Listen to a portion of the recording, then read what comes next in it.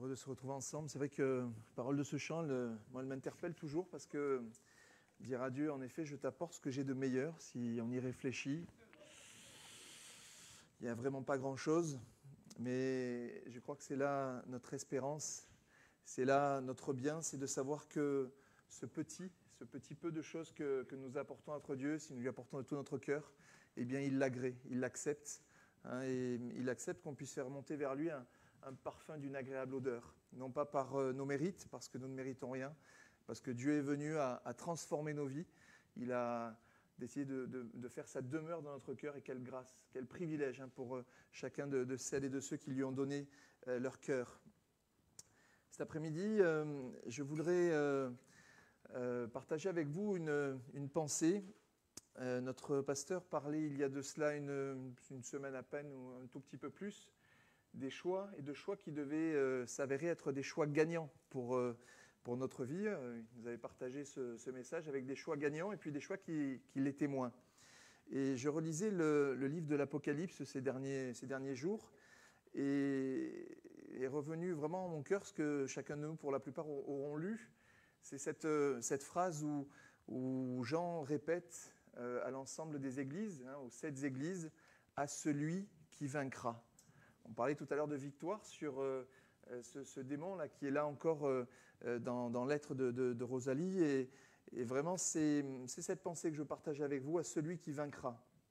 Dieu veut non seulement que nous puissions, à l'écoute de sa parole, à la lecture de sa parole, nous en inspirer pour faire des choix qui soient des choix gagnants pour nos vies, mais encore plus que cela. Notre Dieu veut non seulement des choix gagnants, mais il veut nous accorder la victoire. Il dit à celui qui vaincra. Alors en effet, il y a de nombreuses promesses, on va un petit peu revenir dessus cet après-midi, pour celles et ceux qui vont vaincre en Jésus. Dans les 7 églises dont il est question dans l'Apocalypse, finalement on peut largement s'assimiler et se retrouver dans tout ce que Jean va expliquer dans ce qu'il va décrire de ces 7 églises. Tantôt celui qui a le cœur tiède et qui a besoin d'avoir un cœur bouillant pour Dieu et non pas un cœur tiède. Tantôt celui qui a abandonné le premier amour, le moment où il était plein de feu notamment. En tout cas, chacune des églises, pour chacune des églises, il y a un enseignement dans le chapitre 2 et le chapitre 3 du livre de l'Apocalypse, mais particulièrement à chacune de ces églises, après leur avoir adressé des recommandations, il leur est précisé à celui qui vaincra. Et c'est donc répété 7 fois. Notre pasteur le dit souvent, quand c'est répété, c'est qu'a priori, il y a quelque chose qui doit nous servir d'enseignement. Et en relisant ce livre de l'Apocalypse, et notamment ces versets, ça a retenu mon attention, et c'est pour ça que je voulais partager cet après-midi cette pensée avec vous. Vaincre, c'est passer au travers d'un combat. Ce n'est pas quelque chose qui est anodin. C'est passer au travers d'un combat, et c'est l'aboutissement d'un combat. La victoire, c'est l'aboutissement d'un combat. Je crois que la première des choses qui est importante pour nous, c'est de se dire que tout cela nous concerne tous, que c'est là pour nous mettre en garde encore cet après-midi, que notre vie est un combat. Au cas où on en ait encore un doute, je voudrais juste vous laisser ces 2 versets. Je vous rappelle le verset de Job au chapitre 7 et au verset 1er qui nous dit que le sort de l'homme sur la terre est celui d'un soldat. Et un soldat, nous le savons tous, il est là pour... En temps de paix, merci Seigneur, il est tranquille, mais en temps de guerre, il est là pour faire la guerre. Il est là pour combattre. Et il y a également ce verset dans le livre des Juges, un verset sur lequel je suis passé plusieurs fois, mais je m'y suis arrêté là parce qu'il dit, il est question de Dieu, de l'Éternel, il voulait seulement que les générations des enfants d'Israël connussent et apprissent la guerre, ceux qui ne l'avaient pas connue auparavant. C'est que dans le livre des Juges, c'est ce temps où finalement chacun faisait ce qui lui semblait bon, pour le peuple d'Israël. Chacun faisait ce qui lui semblait bon. Ils se sont retrouvés, chaque fois qu'ils ont lâché la main de Dieu, ils se sont retrouvés dans des combats, dans des difficultés, dans des luttes. Et nous voyons là que Dieu voulait seulement que les générations des enfants d'Israël connussent et apprirent la guerre. Et que ceux qui ne l'avaient pas connue auparavant, donc, en fassent l'apprentissage. Et je crois que c'est là aussi un verset qui nous rappelle que notre sort sur la terre, c'est celui de soldats. Je ne sais pas si on dit de soldates, mais en tout cas, les sœurs soldats, les frères soldats, voilà. En tout cas, nous sommes tous des soldats. On fait partie de ce qu'on appelle l'armée de Dieu, ici-bas, qui est là et qui doit en effet mener ce combat. Et ce qui est formidable, c'est de savoir que eh bien, le terme de ce combat, c'est la victoire. La victoire que nous avons en Jésus. La vie d'ici-bas pourrait ressembler pour certains, on est plutôt entre nous cet après-midi, mais peut-être qu'au travers notamment d'Internet, il y a des personnes qui ne connaissent pas le Seigneur cet après-midi, qui ne connaissent pas Dieu et qui s'intéressent comme ça parce que les choses se précipitent au dehors et finalement on s'interroge. Nous savons que Dieu a placé sur le cœur de chacun la pensée de l'éternité et quand on voit les choses s'accélérer, forcément on est amené à se poser d'autres questions que les simples questions du fonctionnement de notre journée, de notre petit quotidien, nos petites courses, notre petit travail, etc. etc. Et la vie d'ici-bas, on pourrait, et souvent quand on regarde un petit peu ce qui se passe, on peut l'assimiler également à un combat. On entend souvent nos contemporains dire « oui, c'est dur ». On a toujours l'impression de devoir se battre. Je crois que la vie d'ici-bas, c'est un long combat, une longue bataille, mais un petit peu contre des moulins à vent. Pourquoi se bat-on aujourd'hui, ici-bas? Pour pas grand-chose. Qu'est-ce que nous voulons vaincre ici-bas, sinon des choses qui ont une teneur qui est éphémère, qui est vraiment très courte dans le temps. Je me disais, il y en a qui se battent toutes les semaines et plusieurs fois par semaine pour aller chez le buraliste et gratter un ticket d'auto parce qu'ils sont persuadés que parce qu'ils vont gagner de l'argent à un moment donné, ça va résoudre tous leurs problèmes. Ils pourront, c'est vrai, payer un certain nombre de leurs factures, certainement en générer d'autres aussi. Parce qu'on a tendance, dans ces cas-là, à se créer d'autant plus de besoins. Mais ce n'est pas parce qu'on va faire l'acquisition de quelque chose ici-bas que pour autant on va en trouver un vrai bonheur. Ce vide qui est là dans le cœur de l'homme et qui le pousse à toujours combattre ici-bas, à toujours essayer d'aller de l'avant, à toujours chercher à franchir une échelle, un pas de plus dans l'échelle qui l'amène dans la vie, est là pour quelque part le mettre en avant. On sait qu'aujourd'hui, la hiérarchie sociale, c'est quelque chose qui est important. Quand on voit des temps d'élection comme on va les avoir l'année prochaine, on se rend compte qu'un an et demi avant, ils sont déjà là dans les starting blocks, prêts à partir, prêts à tout organiser pour essayer d'arriver et d'être l'heureux, je ne suis pas sûr, mais en tout cas l'élu. L'heureux, je ne suis pas sûr. Mais en tout cas l'élu. Et c'est vrai que notre monde aujourd'hui est ainsi fait, où on va d'objectif en objectif, de challenge en challenge. Mais après, une fois qu'on arrive tout là-haut, que se passe-t-il ? Qu'est-ce qui a changé? Je me faisais cette réflexion et tout à l'heure on parlait de voiture avec Marc. Quand j'étais un peu plus jeune, je me disais j'aimerais avoir une belle voiture. J'aimerais un jour me payer une belle voiture parce que est-ce que ce serait une forme d'aboutissement? Je ne sais pas. On parlait de voiture. Et j'ai eu l'opportunité à un moment donné dans ma vie d'avoir une belle voiture, ce qu'on peut appeler une belle voiture. Je peux vous garantir qu'au bout de 15 jours, quand j'ai connu la première rayure assez marquée de l'aile avant droite et de la portière, la belle voiture, elle a commencé à avoir un goût amer. Et une fois que j'ai eu aussi quelques contraventions qui me sont arrivées parce que j'allais trop vite, la belle voiture, elle est aussi devenue d'un goût amer. Et je crois que finalement, à l'image de la voiture, mais je crois que c'est valable pour tout ce qu'on peut rencontrer ici-bas, tout ce que nous propose ce monde ici-bas, donne l'impression de posséder, mais finalement, c'est une possession qui est vraiment éphémère et qui a rapidement un goût amer et qui nous fait, si on veut vraiment en prendre conscience, qui nous fait changer nos façons de voir, qui nous fait changer nos points de vue, qui nous fait changer nos désirs. Cet après-midi, si tu as comme projet de finalement tout mettre dans ce monde ici-bas, n'oublie pas que tout ce que le monde va t'apporter, c'est quelque chose d'éphémère, de temporaire. Ça va aller avec toi jusqu'au moment où ta vie va s'arrêter ici-bas. Il y a bien plus à gagner de préparer la suite. Parce que c'est dans cette victoire-là à laquelle Dieu nous appelle. C'est cette victoire-là que Jésus veut partager avec nous. Je le disais en introduction, on le disait dans ce chant, on ne mérite rien finalement, mais pourtant Dieu nous a tout acquis. Il nous a tout acquis par grâce, par son amour. Dieu nous aime. Dieu nous aime et il nous a tellement aimés qu'il a envoyé Jésus sur la terre. Nous étions fâchés, nous étions dans une vie misérable, nous étions sans Dieu finalement et sans vie. Et Dieu a pris pitié de chacune de nos vies, que son nom soit béni. Dieu a envoyé Jésus au travers du sang de Jésus, au travers du sacrifice de Jésus. Eh bien, nous avons accès à ce cheminement éternel, à cette vie éternelle, à cette vraie victoire. Il a vaincu même jusqu'à la mort.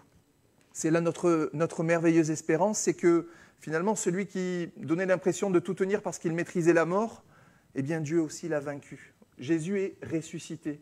Et ce n'est pas anodin, c'est un miracle extraordinaire. Et Dieu a voulu par là nous montrer que rien ne pouvait le limiter, rien ne pouvait le tenir là, dans un tombeau. Non, Jésus n'est pas resté dans le tombeau, il est ressuscité au bout du 3e jour.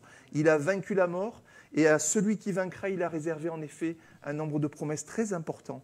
Et cette promesse de passer notre éternité avec lui, que son nom soit béni cet après-midi. Amen. Alors la vie d'ici-bas, pour celles et ceux qui ne connaissent pas Dieu, peut paraître être un combat, mais un combat éphémère. Et pour nous qui, pour la plupart ici, le connaissons, pour nous qui, pour la plupart, nous sommes engagés avec Dieu, lui avons dit, oui Seigneur, viens, prends ma vie, règne dans ma vie. Je réalisais que finalement, le combat est encore plus rude.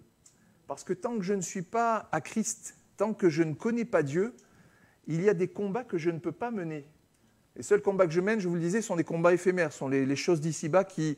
je vais mener un combat pour essayer d'obtenir un poste, je vais mener un combat pour essayer de réussir dans ma vie ici-bas. Mais quand Dieu vient dans ma vie, il y a là d'autres combats qui se présentent. Il y a des combats qui sont d'un ordre tout à fait différent. Ce sont des combats qui sont d'un ordre spirituel. Et l'apôtre disait que nous avons à lutter contre les dominations, contre tout ce qui est dans des lieux où nous n'étions pas finalement, en tout cas dont nous n'avions pas conscience tant que nous n'étions pas à Christ. Et je me disais du coup qu'en effet la vie du chrétien, le combat du chrétien, c'est un combat qui est encore plus rude que le combat que mènent chaque jour au quotidien nos contemporains qui ne connaissent pas Dieu. Elle est plus compliquée parce qu'à un moment donné, je prends en effet conscience que j'ai besoin de combattre sur un plan spirituel. J'ai besoin de combattre contre ce qui fait la guerre à mon âme. Parce qu'à partir du moment où j'ai pris vraiment et j'ai reçu Jésus en moi, eh bien, il y en a un qui n'est pas satisfait de cela. Et tout est fait au quotidien pour que, en effet, je sois attiré à nouveau vers lui, vers ce que j'ai vomi, ce que j'ai renié. Eh bien, tout est fait pour que j'y retourne. L'exemple de Rosalie, quand notre pasteur nous dit elle n'a pas pu venir la semaine dernière parce que les bus se sont retrouvés, comme par hasard, à la positionner en retard là, pour venir à la réunion. Et quand il est question cette semaine de ce qu'elle est retenue physiquement dans son corps, c'est pas pour rien, il y en a un qui ne veut pas lâcher parce qu'il ne veut pas la voir sauvée, il ne veut pas la voir acquise au sang de Christ. Et je crois que quand nous avons décidé, en effet, quand nous avons accepté de suivre Jésus, eh bien, notre vie prend une dimension différente et notre combat prend une dimension différente parce qu'on doit lutter eh bien, contre ce qui fait la guerre à notre âme. On doit lutter pour garder la foi, pour rester fidèle à Christ. Quand les difficultés sont là et s'amoncellent, il y a des moments où on pourrait perdre la foi. Il n'y a pas de raison que si Jésus tu m'aimes, pourquoi je vis tout cela ? Si Jésus, tu t'es donné pour moi, pourquoi je ne vis pas certaines délivrances, certaines choses ? Et des fois, on pourrait être revêche, on pourrait être rebelle vis-à-vis de cela et perdre notre foi. Et on a besoin de combattre, on a besoin d'être toujours nos regards plongés dans la parole de Dieu, dans la Bible, pour continuer d'entretenir notre foi. On a un combat également qui est là et qui doit nous permettre de triompher de nos propres vies, de ce que j'étais avant et qui est là, qui des fois me rattrape. Quand je prie, je dis Seigneur, va dans les moindres recoins de ma vie. Parce que les moindres recoins, c'est souvent là où il reste un petit quelque chose, une petite faille, et qui va m'empêcher de vaincre, qui va m'empêcher d'être victorieux dans mon combat. Donc le combat, en effet, il a une toute autre dimension à partir du moment où je suis à Christ. Mais ce qui est extraordinaire, je crois, c'est de réaliser encore cet après-midi, et je veux vraiment qu'on soit encouragé par cela, c'est de réaliser que nous ne combattons pas seuls. Quand je suis dans ce monde, les différentes démarches que je vais mener, je vais les mener seul face à la société notamment.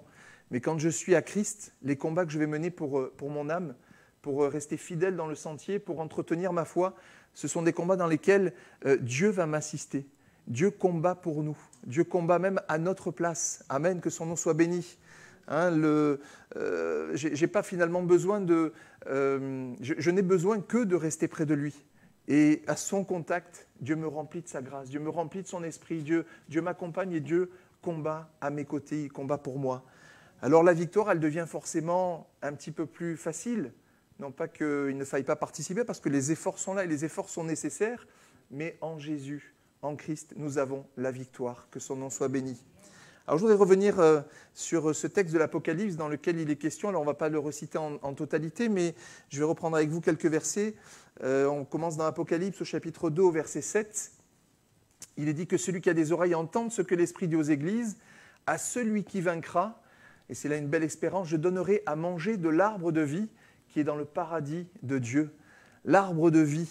Combien d'arbres plantés ici-bas meurent ? Des fois, on prétexte qu'on n'a pas la main assez verte. Des fois, on parle de pollution. Des fois, eh bien, c'est la mort qui est ancrée en nous. Et Dieu veut mettre sa vie. Dieu veut mettre l'arbre de vie. Et non seulement c'est dans le paradis de Dieu, mais c'est dans ce paradis que nous rejoindrons notre Dieu. Nous le savons, c'est là notre espérance.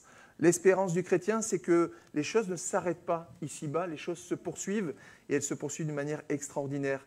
Dieu, mais à celui qui vaincra, il va lui donner à manger de l'arbre de la vie.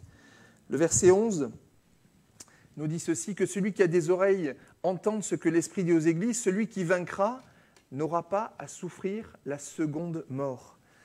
La mort, la première mort, elle est des fois subite, elle est des fois longue à venir, elle nous fait des fois passer par des souffrances qui sont terribles physiquement parlant. Et là, Dieu nous encourage parce qu'il nous dit en effet à celui qui vaincra, celui qui va tenir jusqu'au bout, eh bien, on n'aura pas à souffrir de seconde mort. Quand ceux qui n'auront pas reconnu Jésus seront là et jetés dans l'étang de feu, seront jetés dans l'étang de soufre et de feu où il y aura des tourments, où il y aura des grincements de dents, eh bien, nous n'aurons pas cette deuxième mort, nous, à subir. Nous serons avec notre Dieu, nous serons dans ces temps de louange et d'exaltation qui seront là pour l'éternité. Que notre Dieu soit béni. À celui qui vaincra, il n'y aura pas de seconde mort. Le verset 17 aussi de l'Apocalypse, que celui qui a des oreilles entende ce que l'Esprit dit aux églises. À celui qui vaincra, je donnerai de la manne cachée, la nourriture cachée de notre Dieu. Aujourd'hui, la nourriture qui nous est révélée, c'est la parole de notre Dieu. Mais combien encore Dieu veut nous donner encore plus cette manne cachée. À l'époque où le peuple réclamait, Dieu a envoyé de la manne et chaque matin, ils avaient de quoi se nourrir. Et je crois que pour l'éternité, et j'en suis convaincu, Dieu va nous nourrir. Dieu va nous apporter chaque jour la manne cachée. Je donnerai un caillou blanc, sur ce caillou est écrit un nom nouveau que personne ne connaît, si ce n'est celui qui le reçoit. Un nom nouveau. Pensez aux prisonniers, à celles et ceux qui sont des fois obligés de partir dans des structures où leur nom est modifié, il est changé parce qu'ils ont tellement commis de méfaits au préalable, je pense notamment à la Légion, ils ont tellement commis de méfaits que finalement il faut qu'ils changent d'identité, il faut qu'ils changent de nom. C'est ainsi qu'ils obtiennent ici-bas une forme de rachat. Eh bien notre Dieu, lui, il a cette capacité, non seulement cette capacité, mais il veut nous en faire grâce cet après-midi, c'est que notre nom sera inscrit avec un nom nouveau. Et personne ne le connaît, si ce n'est celui qui le reçoit. Ça veut dire vraiment que notre Dieu, il nous connaît parfaitement, il nous connaît individuellement, il te connaît cet après-midi. Et c'est à toi qu'il veut donner également un nom nouveau. C'est à toi qu'il veut donner la manne cachée. C'est toi qui peux recevoir encore cet après-midi cette grâce de la part de Dieu. Le chapitre 2 toujours et le verset 26. À celui qui vaincra et qui gardera jusqu'à la fin mes œuvres, il est question de cette fidélité, de garder jusqu'à la fin les œuvres de Dieu, je donnerai autorité sur les nations. Alors je ne sais pas quelle est votre destinée, si à un moment donné vous aurez un poste important qui vous donnera la possibilité d'avoir de l'autorité sur les nations, mais en tout cas, à notre simple échelle, à ma petite échelle, je sais que Dieu me donne autorité sur tout ce qui m'entoure aujourd'hui. Dieu nous donne autorité. Celui qui vaincra, qui va garder les œuvres de Dieu jusqu'à la fin, eh bien Dieu nous donne dès à présent l'autorité sur ce qui nous entoure, sur les nations. Le verset 27, il est précisé, il les pétera avec une verge de fer comme on brise les vases d'argile, ainsi que moi-même j'en ai reçu le pouvoir de mon Père. Peut-être le 28 alors, je me suis peut-être trompé dans ma référence. Voilà, pardon, et je lui donne, c'était le 28, et je lui donnerai l'étoile du matin. Notre Dieu veut partager avec nous la présence de Jésus. L'étoile du matin, c'est Jésus. C'est lui qui est là dès le matin, c'est lui qui est là tout au long de la journée, c'est lui qui est là par son esprit, qui nous accompagne tout au long de chacune des minutes, chacune des secondes qui passent, qui s'écoulent. Jésus est à nos côtés. Et celui qui vaincra, eh bien Dieu veut continuer de lui donner en effet l'étoile du matin. Au chapitre 3 et au verset 5, il est question de celui qui vaincra, qui sera revêtu ainsi de vêtements blancs. Alors on connaît l'image du vêtement blanc pour la plupart. Nos vêtements sont souillés parce que notre vie de misère, notre vie de pécheur, nous sommes tous pécheurs et tous nous pouvons être sauvés par grâce. Et quand la grâce de Dieu nous revêt, en effet nous revêtons de nouveaux vêtements. On ne sera pas en train de se battre pour l'éternité pour savoir si nous voulons telle marque ou telle autre marque, telle couleur ou telle autre couleur. Non, nous serons tous revêtus de la même manière pour celles et ceux qui auront tenu bon, qui se seront engagés, qui auront été jusqu'au bout. Nous serons tous revêtus de vêtements blancs. Et je n'effacerai point son nom du livre de vie. Je confesserai son nom devant mon Père et devant ses anges. Jésus parle pour nous à son Père. Jésus intercède pour nous auprès de son Père. Et le Saint-Esprit est là pour en témoigner. Il est celui qui nous accompagne, il est celui qui guide nos vies, il est celui qui nous encourage chaque jour, et il veut le faire pour l'éternité. Le verset 12 ensuite, Apocalypse 3,12, « Celui qui vaincra, je ferai de lui une colonne dans le temple de mon Dieu. » Vous vous rendez compte ? On disait tout à l'heure qu'on ne peut pas apporter grand-chose à notre Dieu parce qu'on veut réaliser qu'on n'est vraiment pas grand-chose. Mais à celui qui vaincra, Dieu fera de lui une colonne dans le temple de Dieu. Quelle grâce ! Quelle grâce imméritée d'être une colonne dans le temple de Dieu, alors que finalement nous ne partons de rien, nous ne sommes pas grand-chose, notre vie est une vie bien misérable sans la grâce de Dieu. Il n'en sortira plus de ce temple et j'écrirai sur lui le nom de mon Dieu, le nom de la ville de mon Dieu, de la nouvelle Jérusalem qui descend du ciel d'auprès de mon Dieu et mon nom nouveau. Et enfin le verset 21 qui nous dit « Celui qui vaincra, je le ferai asseoir avec moi sur mon trône, comme moi j'ai vaincu, et me suis assis avec mon Père sur son trône. » C'est-à-dire que Jésus partage avec nous sa victoire. Comme lui, il a vaincu, il veut également que nous soyons victorieux et que nous puissions être assis pour l'éternité avec son Père sur le trône. Vraiment, je trouvais dans chacun de ces versets un encouragement pour nos vies. Quand des fois nous passons dans des moments plus difficiles, je me suis dit quand même, cette espérance est extraordinaire, elle est merveilleuse pour nos vies, elle est là pour vraiment nous régénérer quand nous sommes abattus. C'est qu'à celui qui vaincra, celui qui va tenir bon jusqu'au bout, eh bien toutes ces choses lui sont réservées. Toutes les choses vont être notre partage. Nous voulons en effet faire des choix gagnants, nous voulons aller au-delà et vaincre avec Christ. Alors j'ai pris l'exemple d'un combat dans la Bible, dans la parole de Dieu, dans le livre des Juges, et on va juste le commenter ensemble de manière à pouvoir trouver quelques éléments, quelques attitudes qui vont nous permettre également de vaincre dès ici-bas. On trouve ce combat dans le livre des Juges au chapitre 4. J'ai remarqué, je ne sais pas si vous y avez fait attention aussi, mais quand on lit la parole de Dieu, combien sont nombreux les combats. Je disais dans ce verset de Juges au chapitre 3 que finalement Dieu a fait en sorte que ceux qui n'avaient pas combattu puissent apprendre la guerre. Eh bien, je crois qu'au travers de l'ensemble des combats que l'on peut lire, notamment dans l'Ancien Testament, il est vraiment important pour nous de réaliser que c'est là le sort que nous avons, c'est là notre vie ici-bas, c'est une vie en effet de combat. Alors j'en ai pris un, j'ai pris celui-ci que l'on trouve dans Juges au chapitre 4. J'aurais pu en prendre d'autres puisqu'il en a tant d'autres en termes d'exemples, mais je voudrais faire ressortir 4 ou 5 points de ce combat.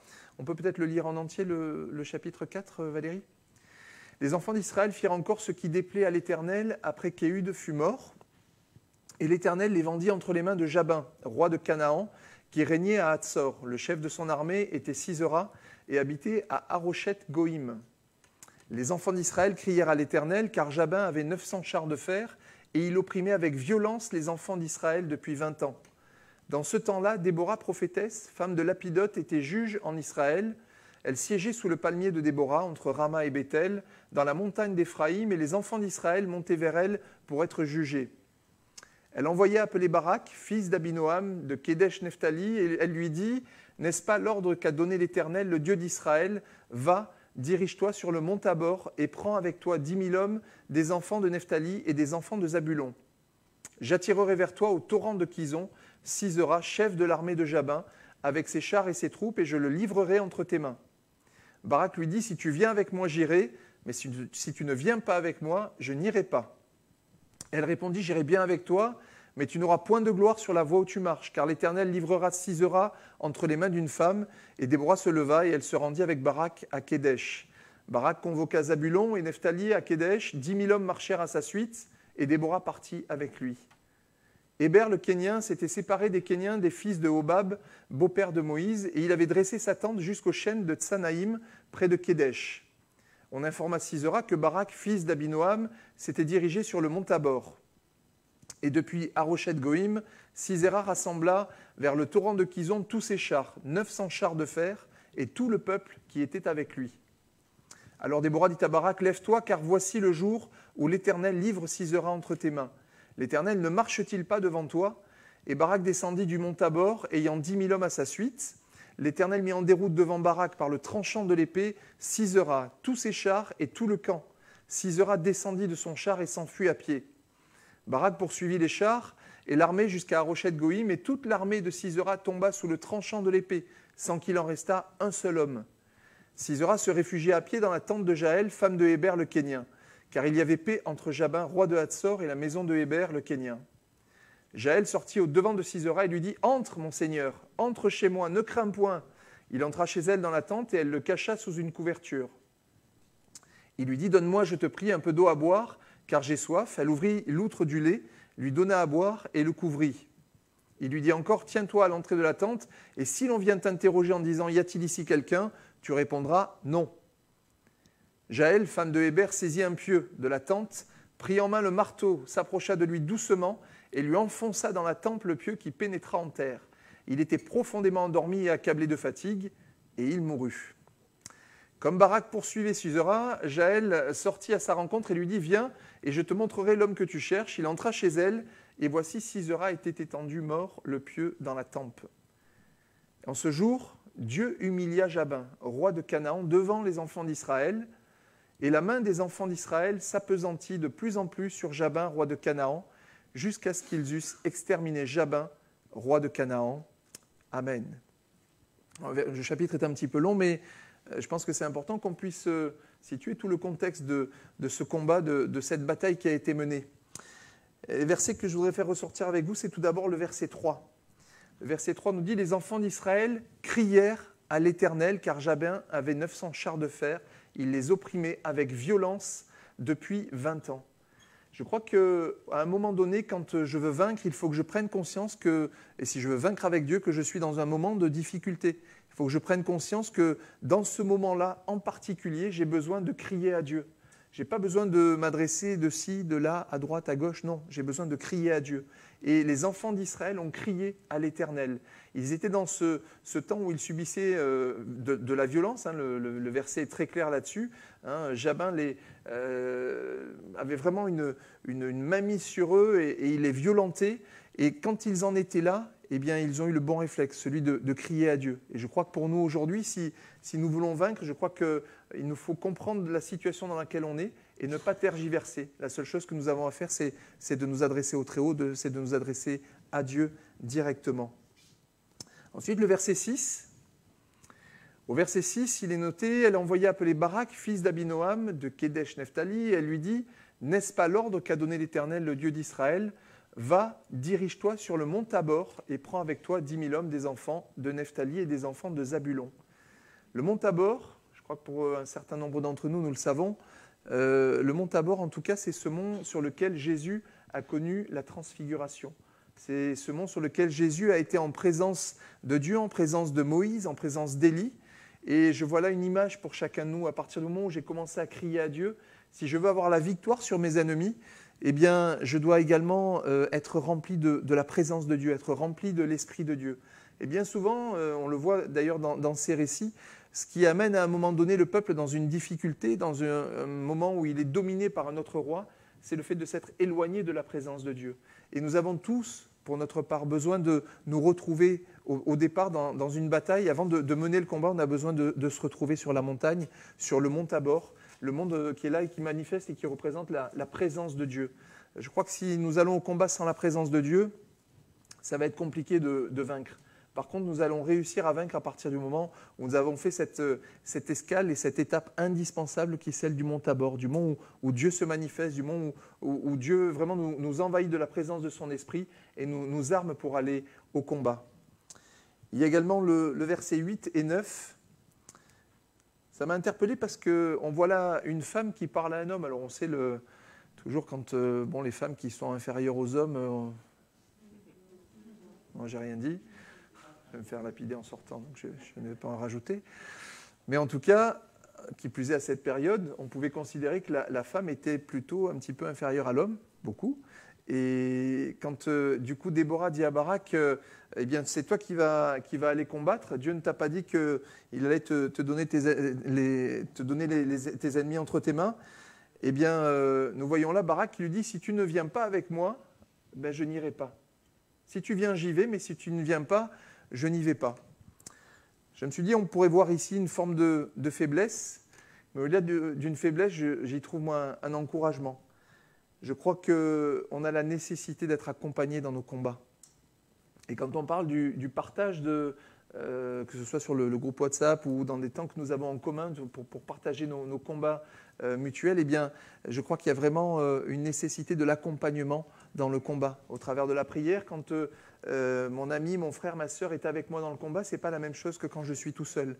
On a besoin d'être accompagné dans un premier temps forcément par Dieu, c'est sûr, par la présence de son esprit, mais combien nous avons aussi besoin d'être accompagnés les uns avec les autres. Et il y avait cette notion d'accompagnement, puisque Barak lui dit eh bien, il faut que tu viennes finalement avec moi et que tu m'accompagnes. Il y avait également dans cette démarche, je crois, une preuve de l'humilité de Barak. Et je crois que, quels que soient nos éventuels trophées, quelles que soient nos éventuelles réussites, quels que soient ceux dans le domaine dans lequel des fois nous nous sentons à l'aise, ou nous nous sentons même des fois forts, je crois qu'il faut qu'on réalise malgré tout notre faiblesse. Et il faut que nous soyons toujours humbles dans le combat, parce que si je vais au combat un peu la fleur au fusil en me disant « ça je connais, j'ai déjà fait, j'ai déjà vu et ça va marcher », non, ce n'est pas comme ça que ça va se passer. Et j'ai trouvé finalement dans cette phrase, dans ce verset, le fait de cette nécessité de l'accompagnement de Dieu, de l'accompagnement des frères et des sœurs entre eux, mais également la nécessité de l'humilité, d'être humble quand nous partons au combat, et de vraiment être disposé à voir Dieu agir et à laisser Dieu agir et finalement n'en tirer aucune gloire. Il n'y a aucune gloire à pouvoir accomplir ce que Dieu a prévu finalement. Il se sert de nous, c'est un privilège, c'est une grâce, c'est vrai, mais il peut se servir de chacun d'entre nous, pas plus l'un que l'autre.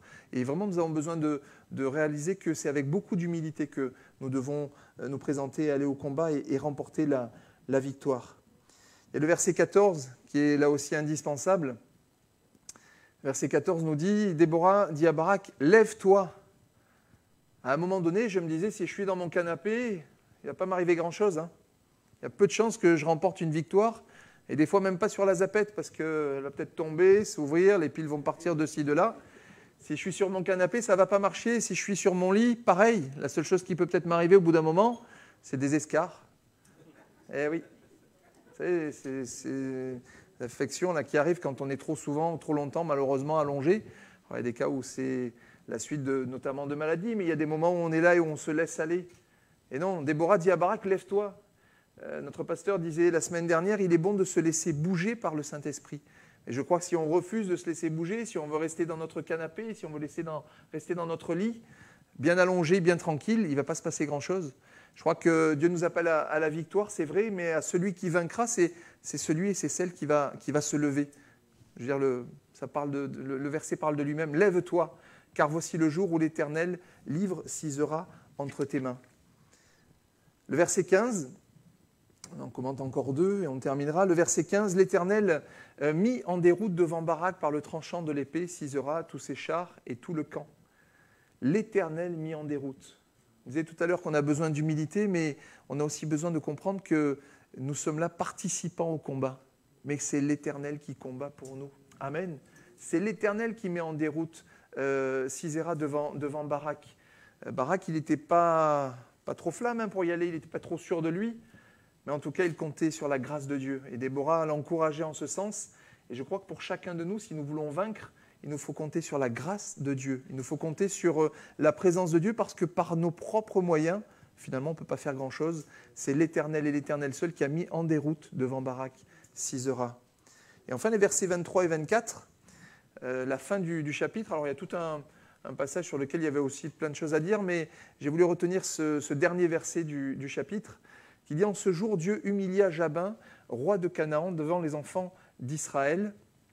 Et la main des enfants d'Israël s'appesantit de plus en plus sur Jabin, roi de Canaan, jusqu'à ce qu'ils eussent exterminé Jabin, roi de Canaan. » Et c'est le terme « exterminé » qui m'a interpellé. Je crois que dans le combat, quand Dieu nous appelle à vaincre, il ne veut pas que nous vivions une petite victoire ou qu'on remporte une petite bataille.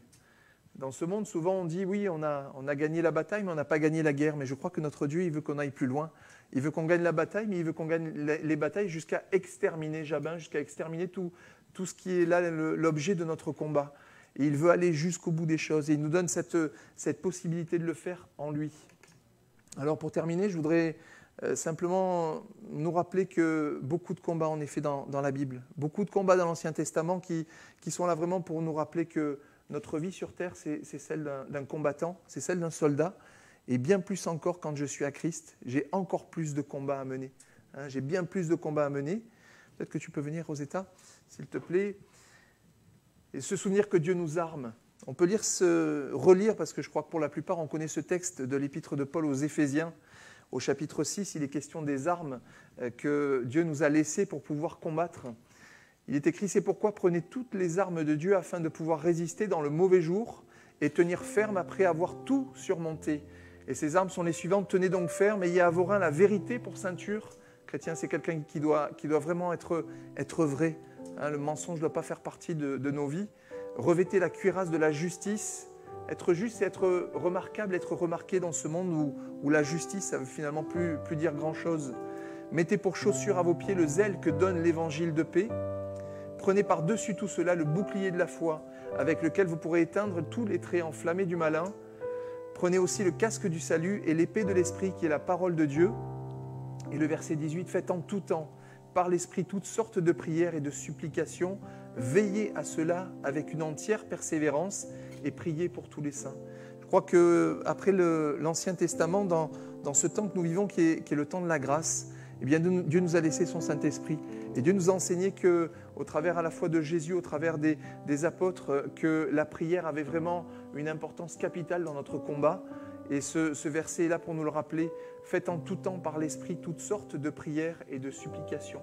C'est dans la prière, c'est dans ce temps que je passe devant Dieu qu'en effet je vais pouvoir connaître la victoire, que Dieu va combattre pour moi.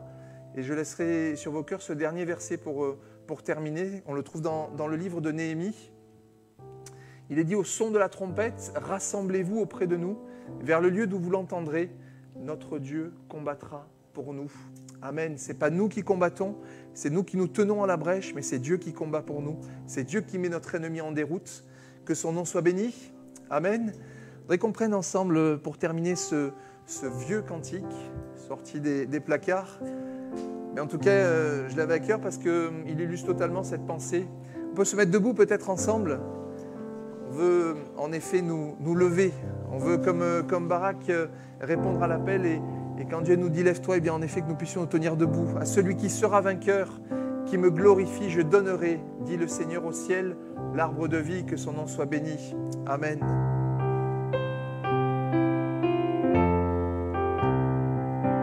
À celui qui sera vainqueur et qui me glorifie, te donnerai, dit le Seigneur, au ciel l'arbre de vie, victoire, force, honneur et louange, gloire, gloire, puissance à toi, Jésus, un caillou blanc, un nom nouveau et la manne cachée, lui seront donnés par l'agneau, sa promesse est scellée.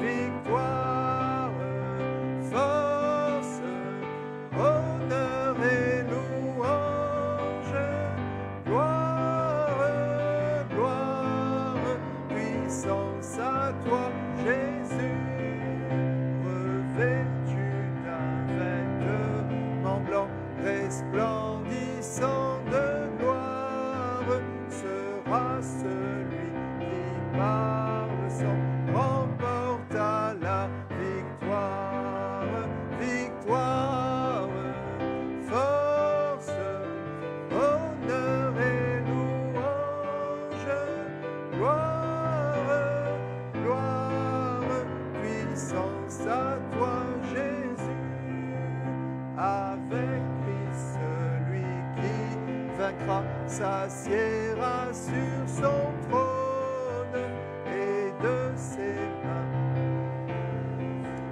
l'immortelle couronne, victoire, force, honneur et louange, gloire, gloire, puissance à toi, Jésus.